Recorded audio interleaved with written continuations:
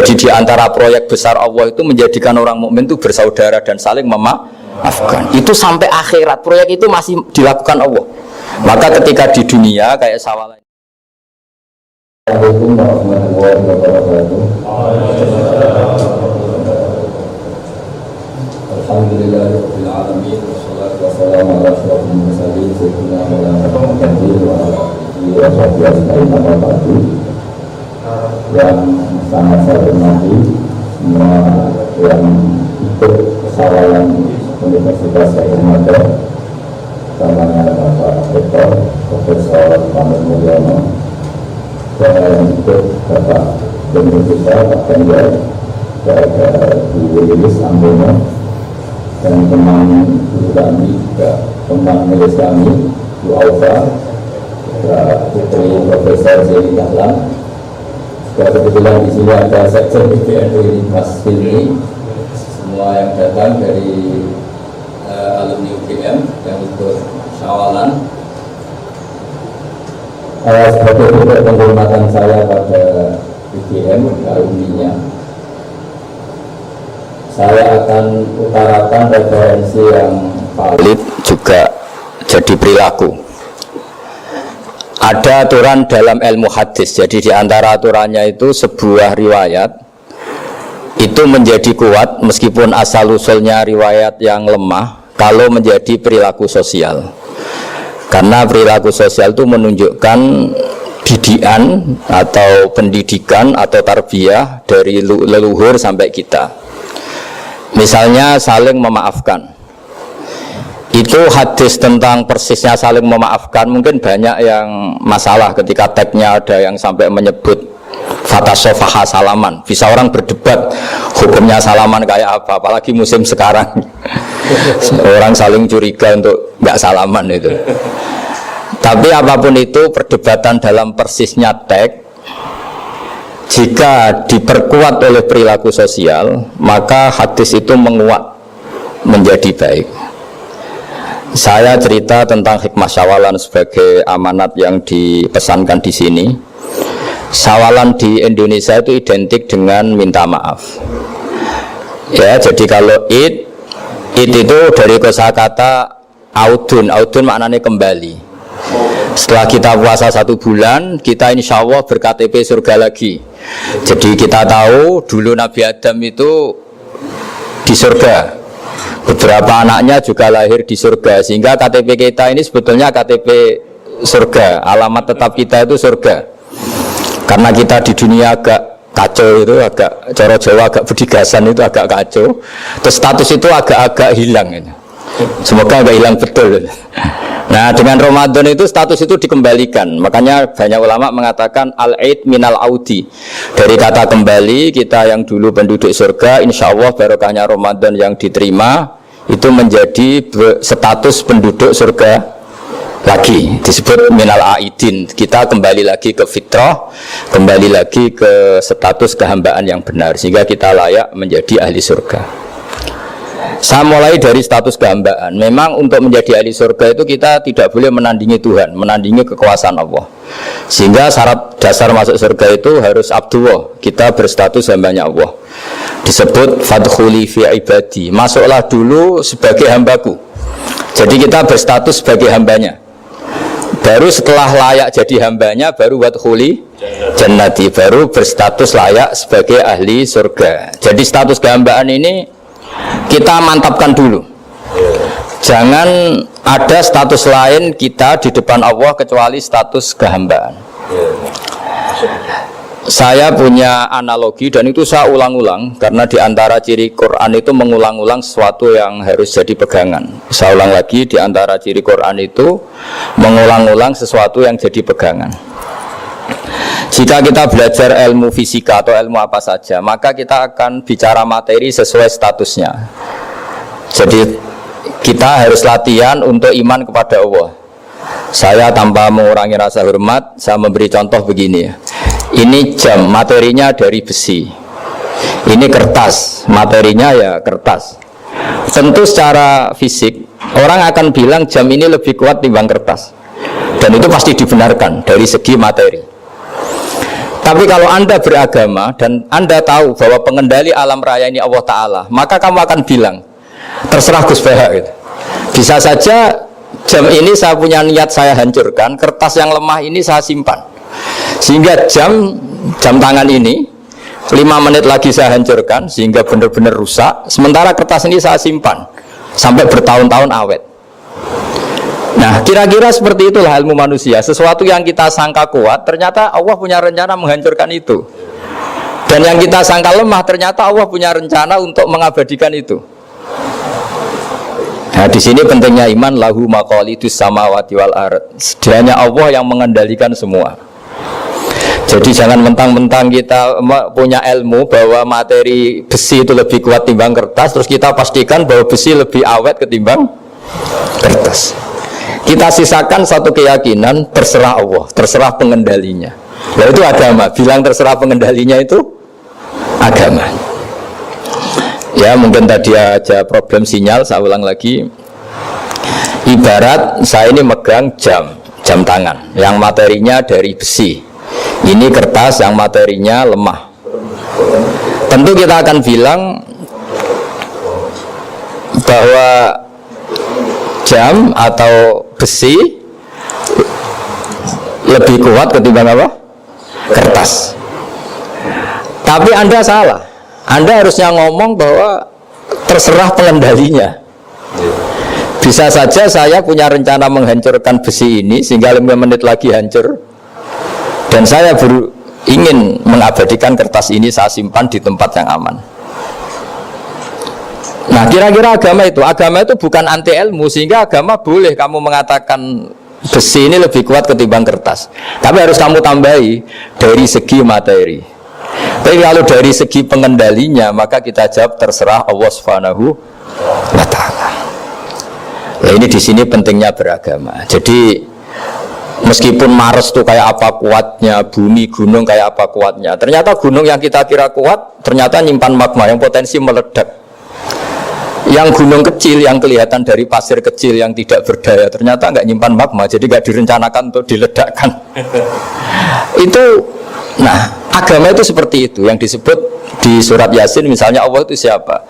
Biyadihi malakutu kulli, yang dalam kendalinya itu semuanya di alam raya ini.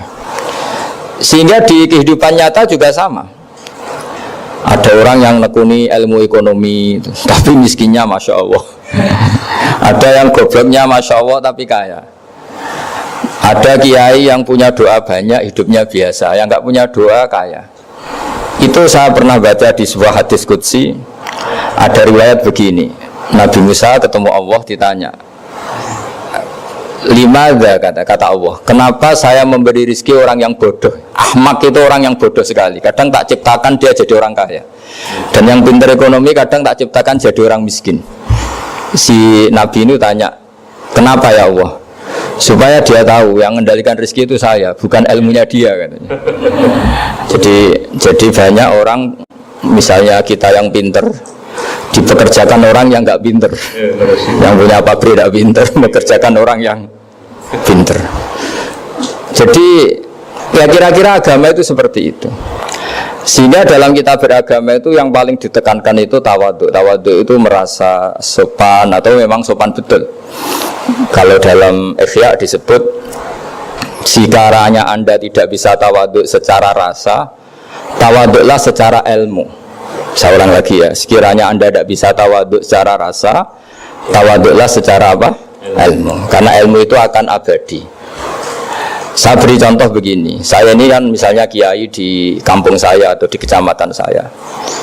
Saya mungkin bisa merasa hebat karena saya tokoh di sini. Tapi pastikan sebelum ada saya yang bernama Baha ini, agama sudah jalan. Dan di daerah lain yang nggak kenal saya juga agama sudah jalan. Betapa tidak pentingnya saya di kawasan-kawasan yang nggak butuh saya, atau di era yang sebelum ada saya.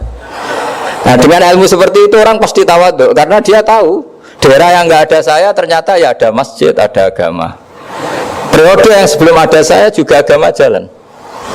Sehingga kita tidak kumo luhur, wah kalau nggak ada saya agama nggak jalan. Zaman Wali Songo tidak ada saya agama ya jalan. Ekonomi juga gitu. Kalau Anda pakar ekonomi yang mensejahterakan rakyat, Cara tawadhu itu kalau nggak bisa dengan rasa, dengan ilmu. Sebelum ada kamu banyak orang kaya, banyak orang yang nggak kenal kamu juga kaya. Banyak periode yang saat itu udah ada Anda juga kaya. Berarti Anda ini tidak siapa-siapa. Makanya saya pernah didatangin seorang profesor. Ini kisah nyata. Gus, sebetulnya saya dengan bapak saya itu pinter mana? Bapak saya itu tidak tamat SD, tapi saya bisa profesor. Saya ini profesor, anak saya naik kelas saja sudah senengnya bukan main. Artinya ini orang bodoh bisa menciptakan orang pinter, yang orang pinter kesulitan menciptakan orang pinter lagi. Nah, kalau kita tidak bisa tawaduk secara rasa, tawaduklah secara ilmu. Ikhlas juga gitu, saya sering ngajarkan ikhlas di beberapa kesempatan ngaji. Kalau Anda tidak bisa ikhlas secara rasa, ikhlaslah secara ilmu, pasti bisa, bukan mungkin bisa, pasti bisa. Secara ilmu, makanya di Quran disebut fa'lam annahu la ilaha illallah. Ilmu, fa'lam itu dari kata ilmu. Saya beri contoh, saya mulai kecil sampai sekarang saya sekitar umur 50 tahun. Mulai kecil sampai sekarang itu ya bilang kalau kertas ini putih. Itu ya ada yang gaji, ada yang bayar, tapi saya selalu bilang kertas ini putih. Yang hitam ya saya katakan hitam, yang merah saya katakan merah. Kenapa? Karena itu fakta. Saya ulang lagi, karena itu fakta. Sehingga saya untuk mengatakan putih tidak perlu ada yang bayar. Sehingga ketika kita latihan sholat, latihan ibadah, dan mengakui Allah itu sebagai Tuhan kita akan malu. Loh, faktanya Allah itu kan Tuhan. Mau mengatakan fakta kok minta upah, ini gimana? Kita mengatakan Allah Tuhan itu sama dengan mengatakan kertas ini putih, sama-sama itu fakta. Sama seperti saya mengatakan Pak Jokowi itu presiden kami, itu kan fakta. Masa nunggu kalau dikasih BLT katakan presiden, kalau enggak ya enggak. Itu kan ribet jadi. Pak Panut misalnya rektor UGM, mbok saya enggak digaji di sana atau enggak kerja di sana, bilang kalau beliau itu rektor. Pak Ganjar gubernur Jawa Tengah, mbok saya dikenal apa enggak, ya beliau tetap gubernur. Lama sekali kita mengatakan fakta itu ikhlas. Ikhlas itu artinya enggak minta apa-apa, karena kita ingin ngomong sesuai fakta. Nah, Allah Tuhan itu fakta gitu. Nah, kenapa untuk mengatakan Allah Tuhan nunggu? Dah, saya ini Tuhan kamu.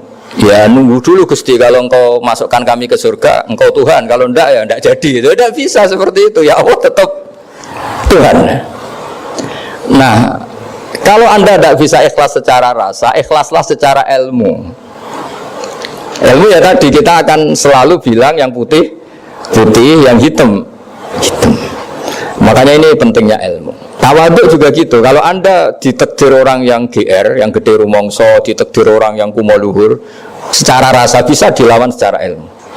Ada periode di mana sebelum ada kita yang kaya ya banyak, yang dapat hidayat ya banyak, yang terpelajar ya banyak.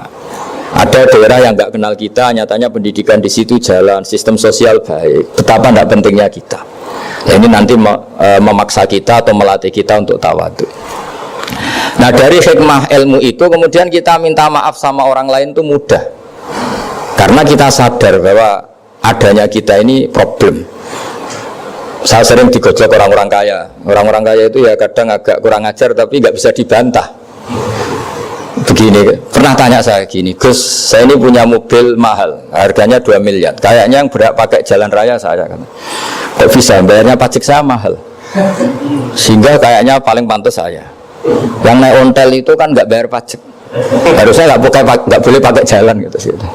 Terus saya bilang, mbah-mbahnya yang naik ontel itu pejuang, bapak kamu enggak, kata saya. Kamu nggak warisnya, kata saya. Artinya ada teori dalam kitab hikam itu kitab tasawuf dalam pesantren. Itu kebaikan saja di soal. Misalnya begini, kita ini bangga sebagai urip yang tertib, hidup yang tertib di kantor, di tempat-tempat pekerjaan. Tapi kalau itu semua terjadi, kalau ada kecelakaan di jalan itu gak ada yang nolong langsung. SAR paling efektif, tim penolong paling efektif itu ya orang-orang nganggur itu. Orang-orang yang di jalan-jalan, di perapatan itu kalau ada kecelakaan langsung nolong. Itu nanti ambulan itu yang kedua, ketiga, yang nolong pertama ya orang-orang yang nganggur-nganggur di jalan itu. Ada orang tersesat nolong. Maka ketika seorang sahabat tanya, ya Rasulullah, kalau engkau melarang kita jagongan di jalan, itu kita tidak bisa. Tapi kata Nabi, ya silahkan saja, tapi adu hak kotorik, hak kamu di jalan itu datangkan. Apa itu?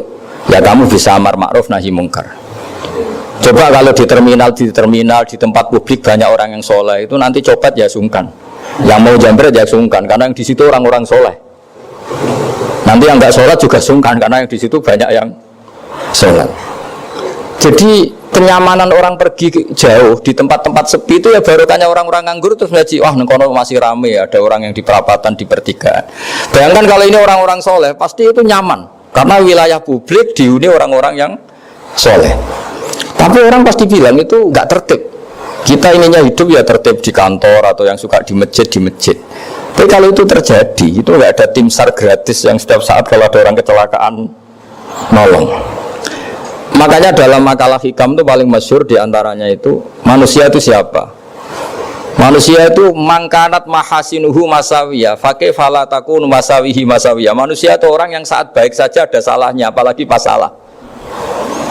Jadi kalau kamu punya toko lagi laris dan saat laris itu Anda ngerumat keluarga Anda melakukan kebaikan pada keluarga Anda, pasti ada toko lain yang termahjubkan, yang tersingkirkan.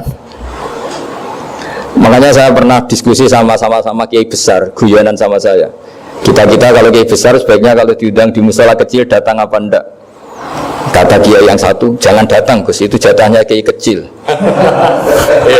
Terus kata yang satu, datang Gus sebagai bukti tawaduk bahwa kita kiai besar pun mau diundang yang kecil. Akhirnya kita ini ya kadang datang kadang enggak, karena kadang kita enggak datang supaya jatah rezeki kiai kecil enggak terambil. Kadang yang mau datang supaya dikira tawaduk. Makanya kalau seorang profesor sering turun di bawah itu ya kasihan yang S1, SPDI itu kan nanti nggak jadi bintang kalau profesornya sering turun. Kalah terus itu. Jadi kadang-kadang itu orang itu harus berpikir secara ilmu, jangan rasa terus. Jadi itu ilmu. Jadi semua yang kebaikan yang kita lakukan itu secara ilmiah bisa diperdebatkan. Ada orang senang ngomong serius supaya bangsa ini maju. Tapi bapak saya itu pesan saya, kamu kalau niat itu jangan sering ngomong serius kan. Masyarakat sudah capek mikir utang, mikir keluarga. Dan itu sowan kiai dijak ngomong serius lagi nanti capek kan. Sehingga kiai dulu itu kalau ketemu orang ya guyon terus. Karena tahu masyarakat sudah capek. Sudah banyak yang takut tanggal kredit gitu. Sudah takut tanggal kredit, takut problem sowan kiai diancam neraka lagi, itu kan ketakutan berkali-kali. Jadi makanya ini kan kebaikan itu dievaluasi karena kita tidak nabi, tidak wali. Jadi kalau kata hikam itu apa yang Anda kira baik itu ada masalah. Apalagi sedang masalah. Saya sering cerita ada orang suami istri harmonis sekali. Itu tanyakan ibunya, pasti mulai gak peduli dengan ibunya karena terlalu harmonis dengan istri. Itu pasti bukan mungkin lagi. Jadi jangan tanya istrinya, tanya ibunya. Oh, jok nikah lupa saya, ngalor ngidul sama istrinya. Tanyakan temannya, wah itu jok nikah lupa temennya. Tapi yang baik sama teman, tanyakan istrinya, jatah belanja untuk ngopi. Begitu terus itu. Jadi siklus sosial itu. Nah, di sini pentingnya saling minta maaf karena dalam kebaikan kita pasti ada kesalahan. Ketika karir kita baik di pemerintahan maupun di kampus, pasti dengan sendirinya ada yang agak tersingkirkan. Meskipun itu sudah hukum alam, tapi apapun itu kita harus minta maaf. Makanya banyak saya sering cerita berkali-kali.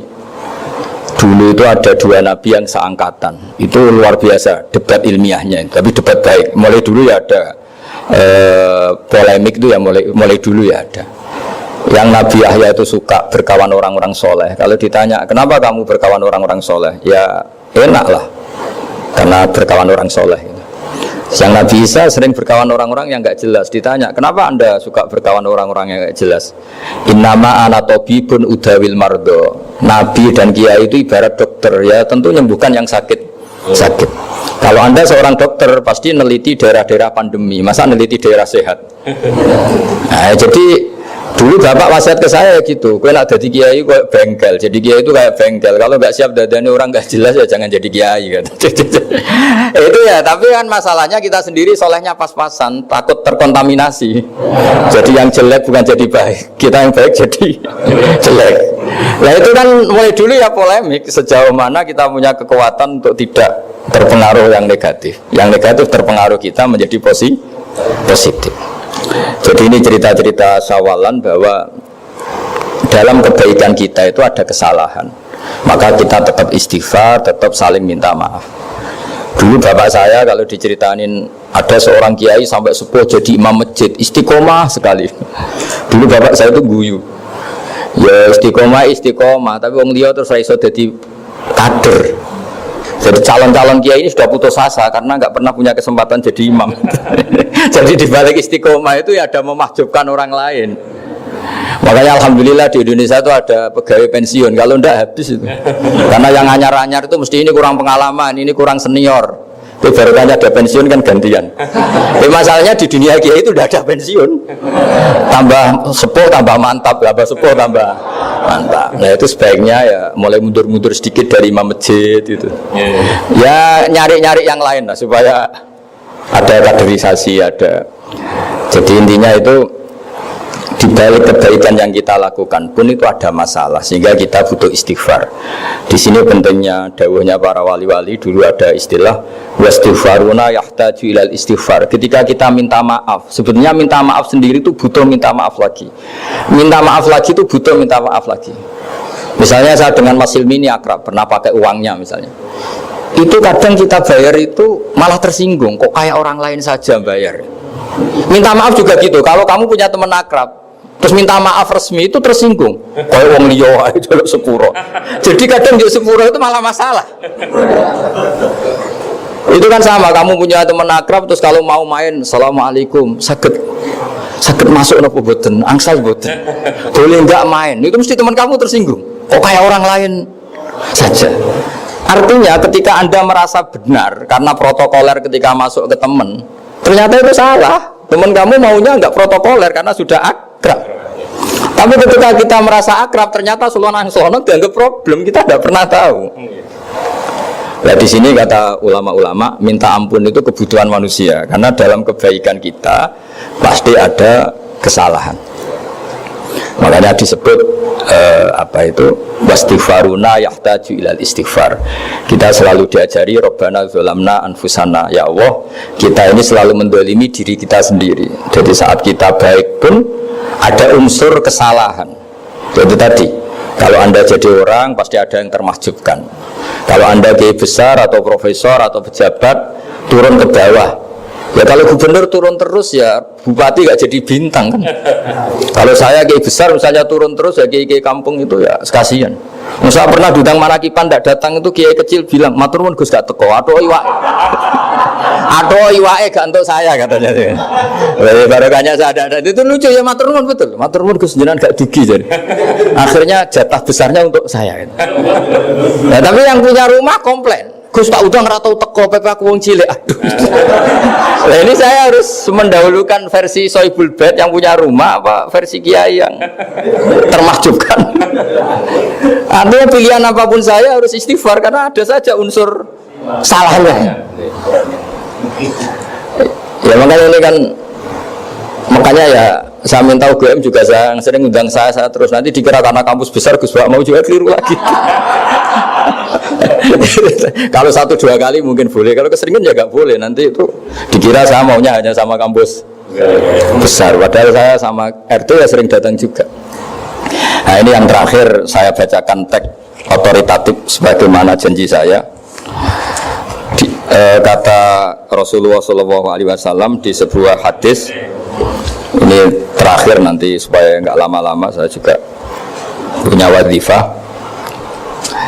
Ada orang itu punya hutang itu ya hutang, memang hutang.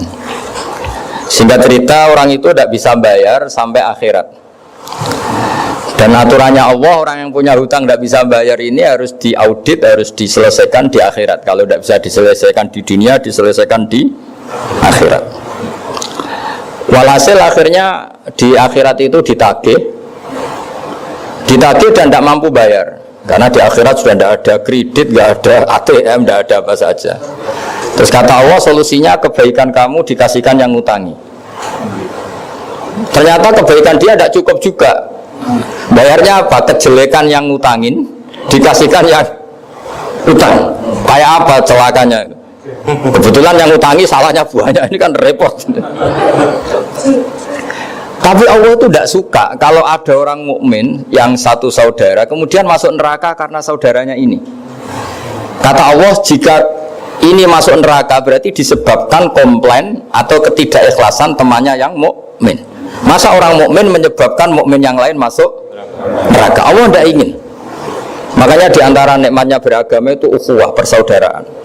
Baik persaudaraan atas nama iman atau atas nama kebangsaan atau atas nama kemanusiaan. Akhirnya si yang ngutangi ini tadi, jangan dibahasakan kreditur, nanti kita kayak bangunnya yang ngutangin lah nanti. Ya bahasa gampangnya yang ngutangin, karena tidak semua orang ngutangnya sama bank. Sama Allah ditunjukkan satu surga yang luar biasa. Nanti tak baca teks Arabnya ya supaya dapat berkahnya bahasa Arab. Terus saking mewahnya surga itu si yang ngutangin tanya, ya Allah itu untuk nabi siapa? Karena semewah itu pasti untuk kelas nabi. Atau untuk wali siapa? Katanya, terus kata Allah, sabda Allah, untuk siapapun yang mampu membeli. Lalu siapa yang bisa membeli surga semewah itu? Kamu bisa. Terus dengan apa ya Allah? Kamu mengampuni teman kamu itu, kamu bebaskan dari utangnya. Nanti tak kasih surga itu. Terus akhirnya sama Allah, kata orang itu, ya Allah saya bebaskan. Ya sudah, kamu berdua masuk surga. Karena Allah tidak ingin ada kasus aneh. Dua orang mukmin ini kan bersaudara. Masa bersaudara kemudian yang satu menjadi penyebab masuknya neraka karena ini tidak mau memaafkan. Artinya kalau kita syawalan itu harus benar-benar mau memaafkan, karena kalau tidak Anda menjadi penyebab teman kamu masuk neraka. Jadi kita janganlah jadi orang mukmin yang menjadi problem bagi saudara kita. Jadi makanya saya itu berharap ada wali utang saya tidak bisa bayar, karena ini masih dibela-belain Allah ini. Karena Allah nggak ikhlas kalau ada walinya masuk neraka. Jadi kalau ada wali utang kamu itu utangin saja, doain, nggak bisa nyaur, no? Nggak bisa bayar. Nanti ini akan dibela-belain Allah di akhirat. Karena wali ini nggak pantas masuk neraka. Ya, jadi kalau ada wali utang kamu mau bayar, sudah Anda tidak usah bayar, nanti di akhirat saja gitu. Nah, yang ribet kalau yang kamu utangin dia ahli neraka, kamu nagihnya disuruh masuk neraka. Nah, itu ribet itu. Sudah utang dia ahli neraka. Dia tak baca teksnya supaya ini ada di kitab Ihya halaman 197 juz 2. Status hadisnya waqala sahihul isnad, kata Imam Hakim, hadis ini sahihul isnad. Saya baca Arabnya nanti insyaallah sebagian ya supaya kelihatan teks aslinya di bab hukukul muslim. Nama Rasulullah sallallahu alaihi wasallam jalisun izdhika hatta badat sanayahu. Nabi ketika santai-santai duduk tahu-tahu tertawa sampai gigi depannya itu kelihatan. Jadi tertawa sangat sampai gigi depannya kelihatan. Yang notabene beliau sering hanya senyum, kali ini tertawa betul sampai gigi depannya kelihatan. Faqala Umar radhiyallahu anhu, ya Rasulullah bi abi anta wa ummi mal ladzi adhakaka. Apa yang bikin kau sampai tertawa seperti itu? Qala rajulani min ummati jasaya baina yaday rabbil izzah. Dua lelaki dari umatku sama-sama sungkeman nuntut keadilan di depan Allah. Jasaya itu sungkem, duduk bersimpuh itu kalau dalam bahasa Arab itu namanya jasiyah gitu. Faqala ahaduhuma ya rabbi khudli madlamati min hadza. Faqala wa rudda ala akhika madlamata. Qala ya rabbi lam yabqali min hasanati syai'un. Faqala wa ta'ala li talib kaifa tasna'u bi akhika wa lam yabqalahu min hasanati syai'un. Faqala ya rabbi falyahmil anni min auzari. Kalau kebaikannya dia tidak cukup, ya salah saya supaya dilimpahkan ke dia. Terus summa fadat aina Rasulullah sallallahu alaihi wasallam bil buka. Nabi di tengah-tengah cerita itu nangis. Senangis-nangisnya karena habis seneng lalu nangis karena ini kan kebaikannya sudah dikasihkan habis, tidak cukup. Akhirnya kejelekan yang ngutangin ini diberikan. Makanya kalau kamu ingin masuk surga, utangi orang-orang soleh sebanyak-banyaknya dan doain nggak bisa apa? Nyaur. Tapi tak jamin orang soleh itu nggak suka utang karena hidupnya sederhana gitu. Kayaknya saya tidak akan utang Mas Ilmi itu. Karena orang soleh itu hidupnya sederhana, pasti tidak butuh. Kalaupun utang paling ya untuk makan, kan gampang nyaurnya apa? Terus kata Rasulullah, faqala inna dzalika la yaumun azimun yauma yahtadun nasu fihi ila yuhmala anhum min auzarihim. Terus fayaqulu Allah ta'ala lil mutadzallim irfa basarak. Coba kamu lihat yang di sana itu ada apa? Fanzur fil jinan, coba surga itu kamu lihat. Faqala ya Rabbi ara madaina min fiddatin wa kusuran min dhahabin mukallalatan bil lu'lu'. Saya melihat surga yang begitu mewah, semuanya bertatahkan intan, semuanya materinya dari emas, bertatahkan intan. Lalu li ayyi nabiyyin hadza? Itu untuk nabi siapa? Terus awli ayyi siddiqin awli ayyi syahidin. Terus qala Allah hadza liman a'tas saman. Itu untuk siapa saja yang mau mampu beli. Qal ya Rabbi wa may yamliku dzalik? Siapa mampu beli surga semewah itu? Terus kata Allah anta tamliku, kamu bisa. Qal bimadza ya Rabbi, dengan apa? Qal bi afwika an akhika. Cukup kamu memaafkan saudara. Jadi kalau maafkan tidak pakai uang itu kurang seru. Yang seru itu punya teman utang 1 juta dimaafkan. Jadi memaafkan paling seru itu maafkan apa? Utang. Kalau maafkan sama-sama salah miso apa itu enteng itu. Ini yang seru itu teman punya utang 1 juta kamu itu seru itu. Dan nanti aja di akhirat itu. Nanti itu ada di akhirat itu. Ya nanti notanya di bawah kalau ya di Afrika anahika. Jadi surga semewah itu maharnya atau harganya cukup memaafkan saudara kamu. Terus qala ya Rabbi qad afautu anhu, sudah Gusti, sudah sekarang saya maafkan. Fayaqulu wa ta'ala khud bi yadi akhika fa'adkhilhul jannah. Ya sudah sekarang kamu berdua sama-sama masuk surga. Karena ini orang soleh, nggak pantas masuk neraka. Yang punya utang ini nggak pantas masuk neraka. Nah, ini yang ribet kalau yang utang ya ahli neraka, yang utang ya ahli neraka.